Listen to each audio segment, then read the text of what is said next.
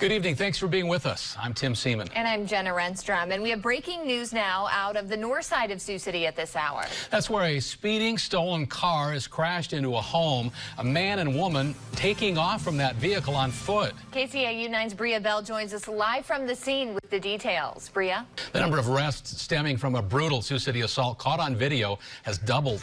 In all, 4 teens are now in custody in that case. Arrested today for their alleged roles in this vicious attack were 16-year-old Al Lewis and 15-year-old Kenneth Thompson, both of Sioux City. The pair are charged with willful injury in the beating of Nicholas Hodgins earlier this month. And we begin tonight with breaking news out of northeast Nebraska. There's a serious traffic accident at this hour along Highway 20 and the junction with Highway 9 near Allen, Nebraska. You're looking at live video from the scene right now. This accident reportedly involves an overturned truck that may have collided with another vehicle. And in other news of the day, a noxious odor plaguing South Sioux City has gotten so bad that firefighters today actually had to rescue an elderly resident who was overcome by it. The city contends that they've taken steps to fix that problem, linked to a sewer line issue at the Big Ox energy plant. You mentioned moments ago, 9 Investigates discovered that a company known as Durham School Services operated the bus and employed the driver in that tragic crash. They also run the buses and hire the drivers that take hundreds of kids to school each day in South Sioux City's district.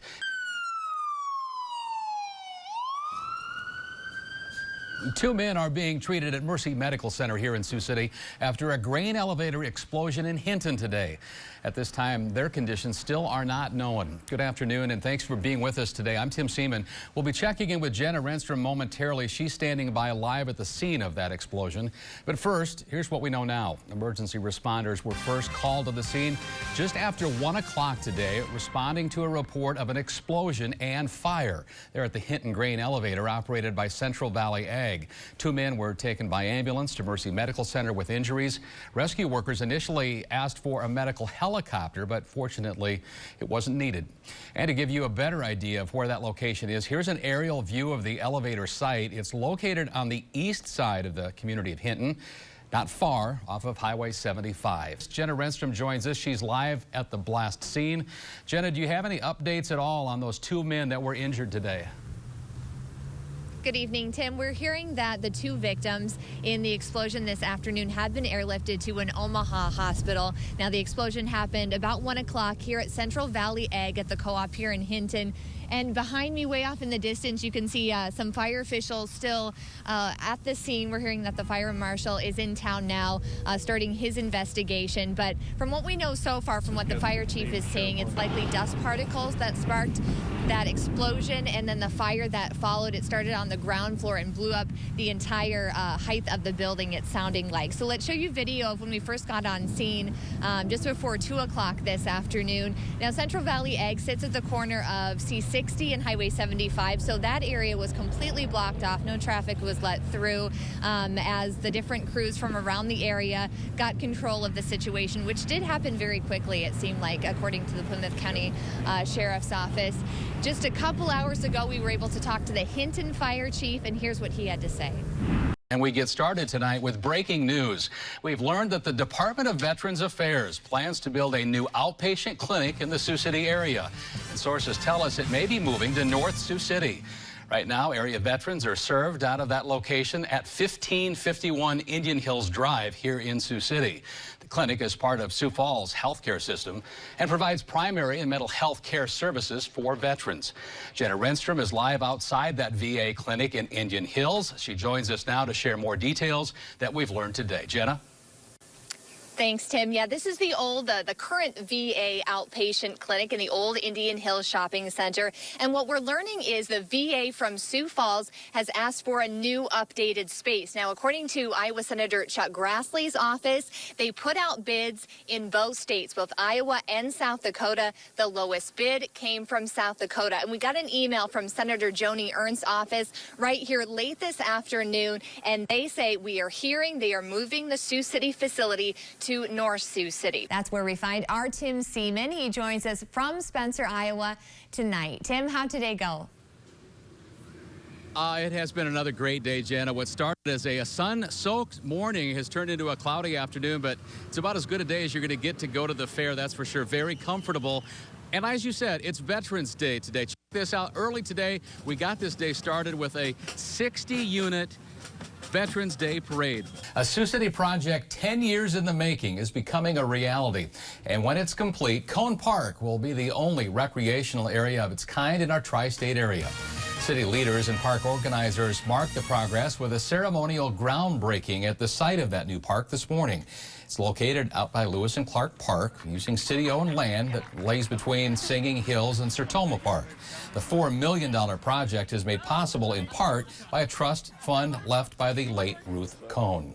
With more on the project, Jenna Rehnstrom joins us live from the future home of tubing and other year-round activities. Jenna? Tim, if you can picture the potential of this area, it's hard not to get excited about what it will become. A first-of-its-kind winter park in Sioux City with opportunities for recreation year-round. After 10 years, organizers are thrilled that it's finally becoming a reality. It's estimated that more than 2 million Americans suffer from a narcotics addiction, but there aren't enough treatment centers or programs to address the problem. To address that, the president has signed a bill into law looking for the U.S. lawmakers that will designate federal resources to prevention and treatment programs. One Iowa lawmaker says it's an important first step. It's very comprehensive from the standpoint of treatment, recovery, education, law enforcement.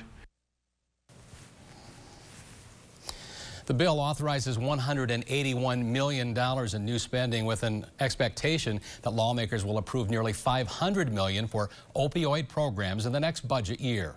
The prescription drug abuse epidemic affects people across racial, economic, and geographic lines. In Siouxland, we're seeing it too, and one local surgeon says he doesn't want to be a part of the problem. So he's training other doctors to do things differently and hopefully get to the root of some of these issues. His story is tonight's Your Health Matters.